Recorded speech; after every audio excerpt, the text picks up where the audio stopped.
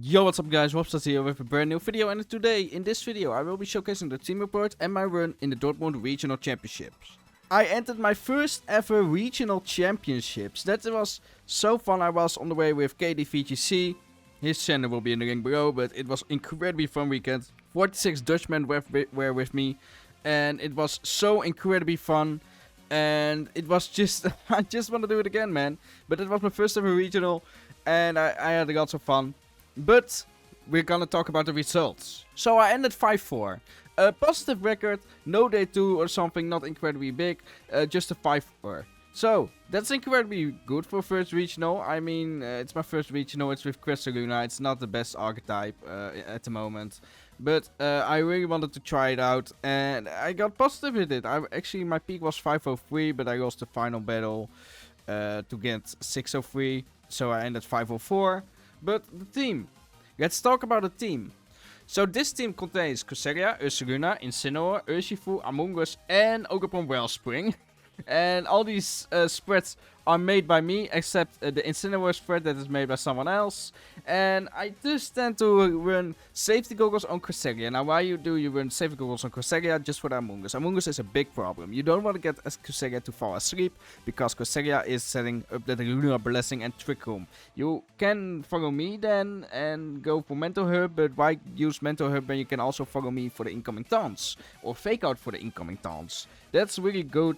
And I went for 252, 252 in Special Defense and Terrafire, because Chiyu and Fritterman is still a problem for this team. Because an Overheat plus Moonblast or Shadow Ball will still kill the Cresselia. So you can just follow me as well, but it's just sometimes it's better just to Terrafire and then set up Trick Room that way, and then just attack with Ogerpon Wellspring or Incineroar or Urshifu. It's incredibly handy. So I went for 252 special defense. It's incredibly bulky by the way. Moonblast, Lunar Blessing, Helping Hand. Helping Hand is an incredibly good move for Ursaluna. And let me go back. Let me go to Ursaluna in one moment. Ursaluna is incredibly good with Helping Hand, because you can get that Earthquake off.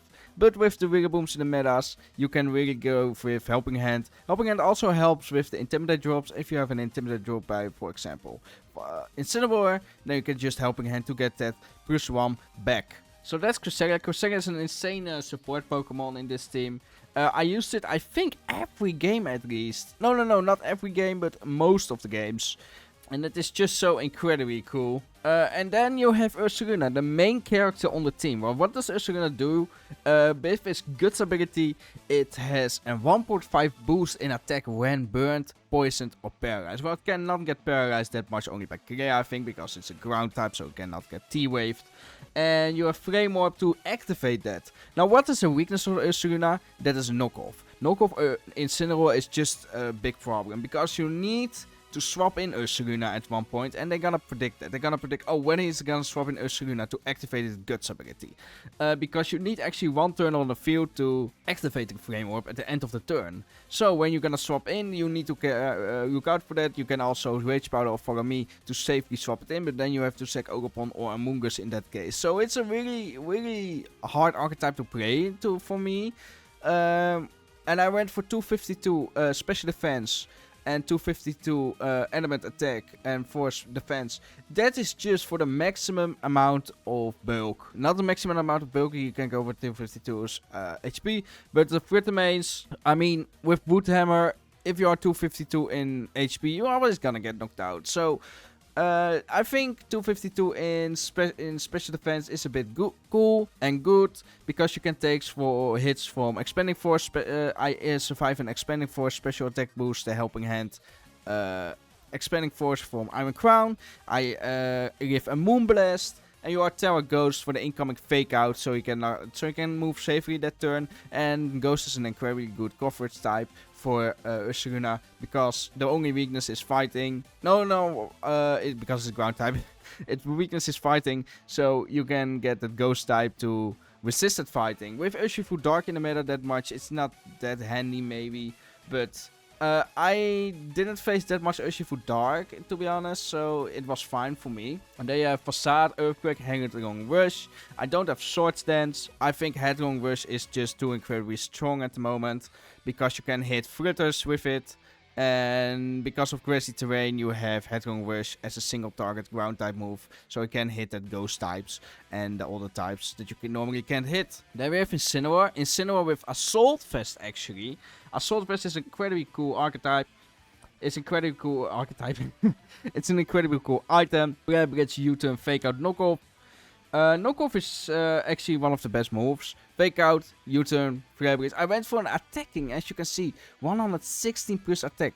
This is just to one-hit KO the Amoonguses and Frutamanes on the field. And I think it's really underrated to win attacking. So I think this set is really good. U-turn also for the Ogapons. It's really good. Knockoff is an incredibly good move on the Incineroar. You can allow to knock off the safety goggles, so you can get Spore of Amoonguses. You can knock off that Assault Vest. You can knock off that Weakness Policy, whatever it is. And then it's just so incredibly. I also have a bit of speed investment, so the Fake Out will go first on the other Incineroars.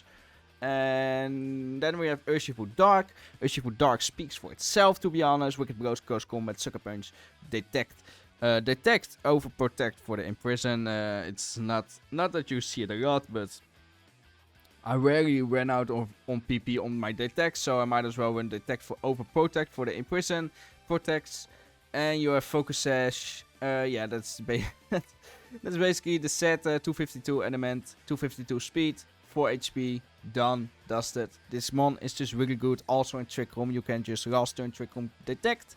And then you're faster than an opponent. Wicked Blow Close Combat. Or you can just Wicked Blow Close Combat one turn and then you survive. Then Detect and then you are faster. It's so incredibly strong. Then we have Amoongus. Amoongus also speaks for itself. I went for this set. 236 defense, 156...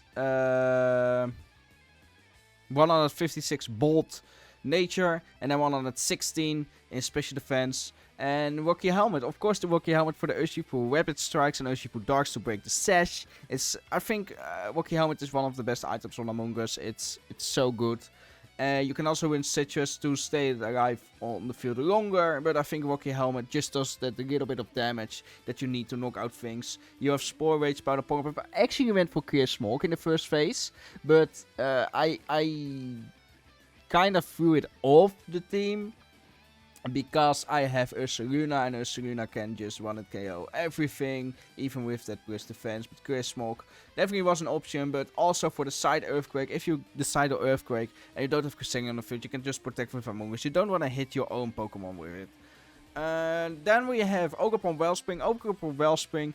I used this set with a little bit more attack and a slow Ogapon. A slow Ogapon, because you are in Trick Room, you will definitely outspeed all the Ogapons. I have one game or one match where I didn't outspeed, where I outsped his Ogapon outside of Trick Room, so he was even slower. But for the rest, it's a bulky Pokemon.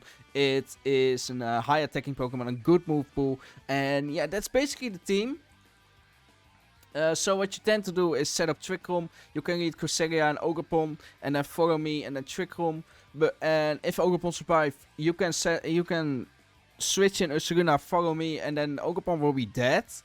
But you can safely swap in Ursaluna and then Cresselia again for the Earthquakes. You can lead Cresselia Incineroar. You can lead Cresselia Urshifu for the Helping Hand Wicked Blow. You can lead Cresselia Among Us, very passive, but also Rage Powder and then set up Trick Room. And when you set up Trick Room, yeah, definitely you're gonna be faster than everyone with Among Us. You can Spore everyone and then safely swap in that Ursaluna. So that's basically the team. Let me show you the run. Alright, so this was the run. I actually went 0-02 or 0-1 and then 0-02 in the beginning. I used to play against Jorijn Rijmakers, really good person, really good friend of mine. And I lost that one. Yeah, it was a bit of timer stall, that game. I tried to timer stall, I think, that game. But yes, he had Wolfie's team. And I knew what to do against Wolfie's team. But unfortunately, he was just better than me. And Christian Schultz, that was my first ever match in a regional FN. I don't remember what he had. Oh yeah, he had Renderus and Archerodon. Archerodon was a real pain for me. I also lost it in the mid-season showdown. I then won against Sebastian Vogele. Then won against... And then I actually won 4 in a row. Vogele was with... Sebastian Vogele had hard trick home side spam. And I actually won that one pretty easy, to be honest. I just made some reads. But I ended 5-4. He went 0-4, I think. Or 1-4. And then he ended 5-4. So props to him. Versus Nigian. I don't remember the team, but he dropped 1-5. Malte Schmidt, I don't remember him. But Benjamin Tanner also made really good friends there. Really good persons. No, on day 1, I didn't have... no person who really raged at me, but the other guys were pretty cool to me. And I actually played against Christian Smigenic, and he was 11-3. He ended 10th in the tournament. He was KC. He was 4-2 when I played him. So props to him. He went on an incredible streak, and I was so happy to play against him. He had P2.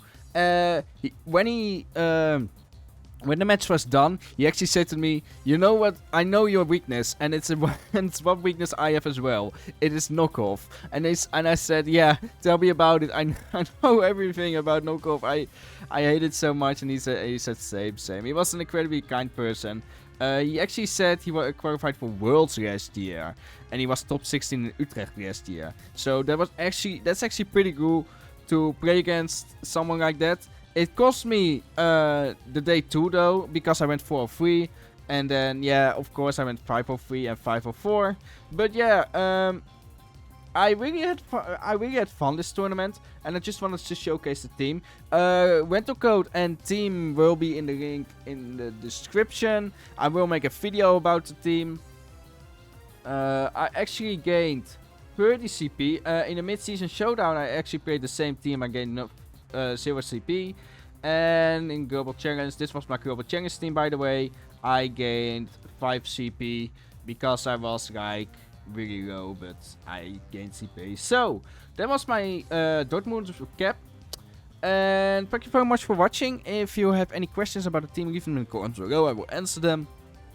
And I will make a video about showcasing the team on ladder, and I will also make a draft league video, so stay tuned for that.